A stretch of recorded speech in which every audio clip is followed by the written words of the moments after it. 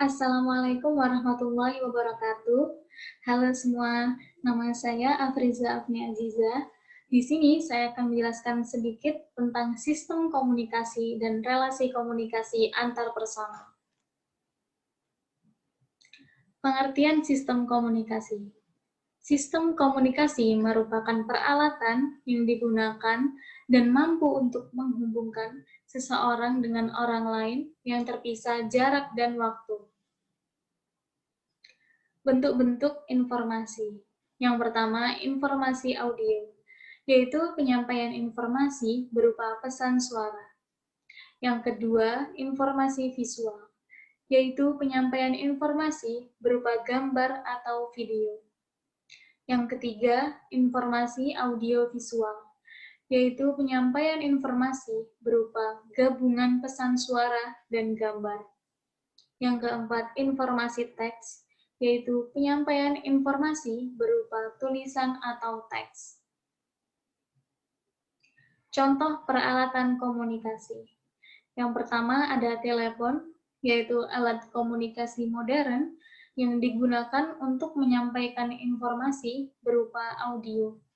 Yang kedua, faksimil, yaitu alat komunikasi yang digunakan untuk mengirim dokumen dengan cara scanning atau copy. Yang ketiga, radio, yaitu alat komunikasi searah yang mampu menerima sinyal yang dipancarkan oleh pemancar radio. Yang keempat, televisi, yaitu alat komunikasi yang berfungsi sebagai penerima siaran berupa audiovisual. Yang kelima, handphone, yaitu perangkat komunikasi canggih yang bisa menggabungkan beberapa alat sekaligus. Yang keenam, laptop, yaitu sarana portable yang memiliki fungsi yang sama dengan handphone. Pengertian sistem jaringan. Sistem jaringan digunakan untuk menghubungkan dua atau lebih komputer sehingga dapat bertukar dan berbagi data. Sistem jaringan juga berlaku pada ponsel dengan memanfaatkan jaringan internet. Pengertian komunikasi. Komunikasi merupakan proses penyampaian pesan oleh komunikator kepada komunikan dengan menggunakan sarana tertentu, tujuan tertentu, dan memiliki dampak tertentu pula. Komunikasi dapat diartikan seseorang atau beberapa orang, kelompok, organisasi, masyarakat yang menciptakan dan menggunakan informasi agar terhubung dengan lingkungan dan orang lain. Komunikasi bisa dilakukan secara lisan ataupun verbal yang dapat dimengerti oleh kedua belah pihak.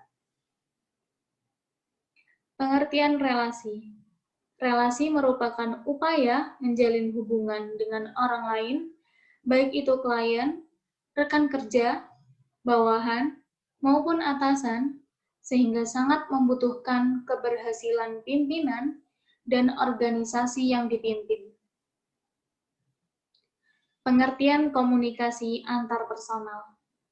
Komunikasi antarpersonal adalah proses di mana satu orang merangsang makna pesan verbal dan nonverbal yang sudah ada dalam pikiran orang lain. Konteks komunikasi antarpersonal banyak membahas tentang bagaimana suatu hubungan dimulai dan bagaimana mempertahankan hubungan, serta keretakan suatu hubungan. Komunikasi antarpersonal akan terjadi apabila ada dua orang atau lebih melakukan interaksi yang menunjukkan adanya hubungan yang jelas. Sedangkan hubungan yang jelas akan terbina melalui tahapan kontak, keterlibatan, serta keakraban. Bentuk komunikasi antarpersonal. Yang pertama, inescapable, yaitu komunikasi antarpersonal tidak dapat dihindari. Yang kedua, irreversible, yaitu komunikasi antarpersonal tidak dapat ditarik kembali. Yang ketiga, complicated, yaitu komunikasi antarpersonal itu rumit karena melibatkan diri seseorang yang harus dipersepsi, baik oleh diri sendiri maupun orang lain. Yang keempat, kontekstual, yaitu komunikasi antarpersonal, itu kontekstual, seperti konteks psikolog, budaya, lingkungan, dan konteks hiburan. Tujuan komunikasi antarpersonal menurut Griffin. Yang pertama, saya ingin dimengerti orang lain. Yang kedua, saya dapat mengerti orang lain. Yang ketiga, saya ingin diterima orang lain. Dan yang keempat, bersama-sama memperoleh sesuatu yang harus dikerjakan bersama. Manfaat komunikasi antarpersonal menurut Johnson. Yang pertama, membantu perkembangan intelektual dan sosial individu. Yang kedua, identitas atau jati diri terbentuk dalam dan melalui komunikasi dengan sesama. Yang ketiga, menguji cara pandang terhadap dunia.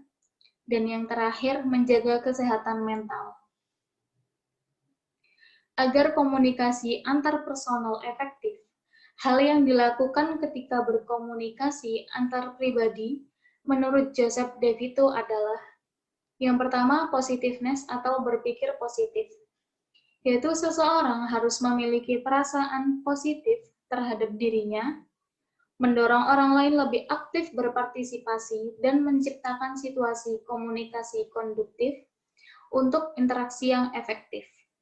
Yang kedua, openness atau keterbukaan, yaitu kemauan menanggapi informasi yang diterima dalam menghadapi hubungan antar pribadi.